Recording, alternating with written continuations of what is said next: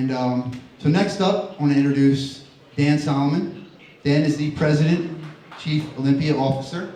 So what that means is basically the biggest show on earth is the guy in charge. Dan Solomon.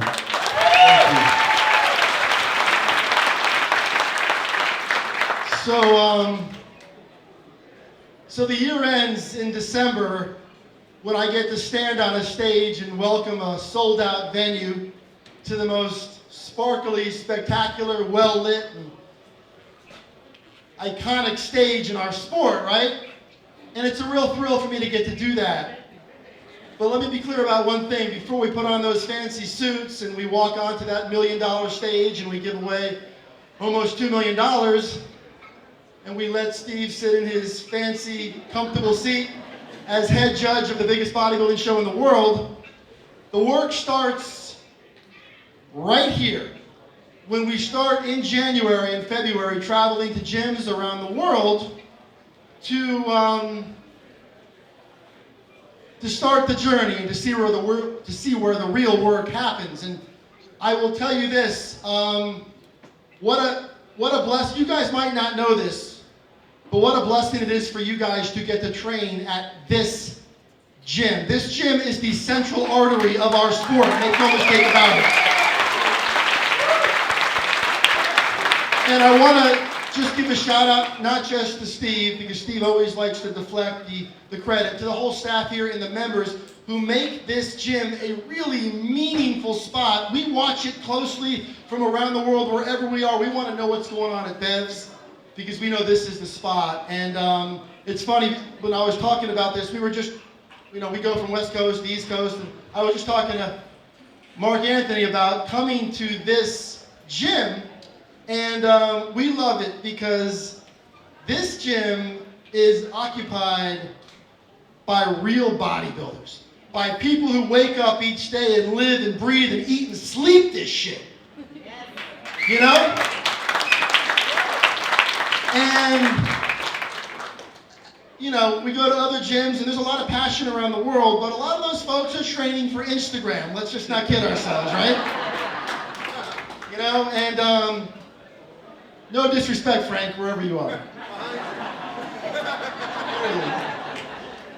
But in all seriousness, I know a lot of you guys, when Jay Rose asked for a raise of hands as to who is considering competing for the first time, there was a big bunch of you that raised your hands, and I'm just going to give you a little advice before I head out because they always get upset when I talk too long. I was watching a video the other day, and it was one of these Indian gurus, right?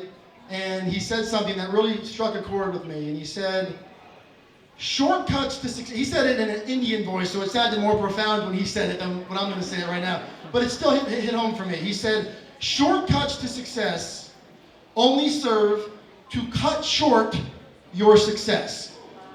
And I love that because it made me think about all corners of what we do in the industry, on the business side and on the competitive side. Guys, those of you guys who are beginning your journey as a competitor, you're going to be faced with many, many choices. You're going to be asked to confide in certain people about how you should proceed and how you should prepare and how you should train and how you should diet and how you should get ready for the stage. Promise me that you will do your homework. Promise me that you will take the decisions very seriously as to who you work with and who you put that trust in. Because let me tell you something, there's this large piece of real estate out there, otherwise known as the rest of your life. And in that piece of real estate, you will have families and careers, and you will grow, and you will do incredible things. And let me be honest with you. As a competitor here in the NPC, and hopefully eventually in the IFBB Professional League, that experience will take you through life. Nobody understands fully the courage and the depths that we dig in this industry, and how that carries forward to all that you will do for the rest of your life. So be smart. Don't seek shortcuts. Do it the right way. Build a foundation for the rest of your life. It is so important, guys. It is so important.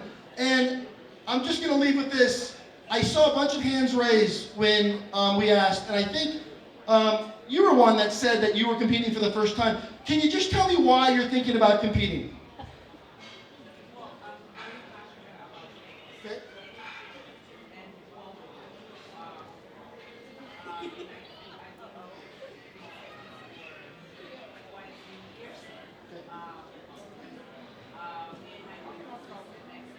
Good. Perfect.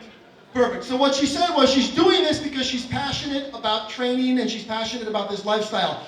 I'm glad you said that was a perfect answer. And the reason why I'm just going to spotlight this and then I'm going to pass the mic off, I want to just say this to you guys.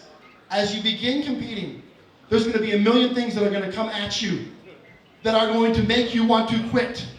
You're going to post something on social media and somebody's going to tell you you don't look good enough. You're going to stand on stage and a judge like Steve is going to tell you you finished 4th and you thought maybe you should have finished 1st.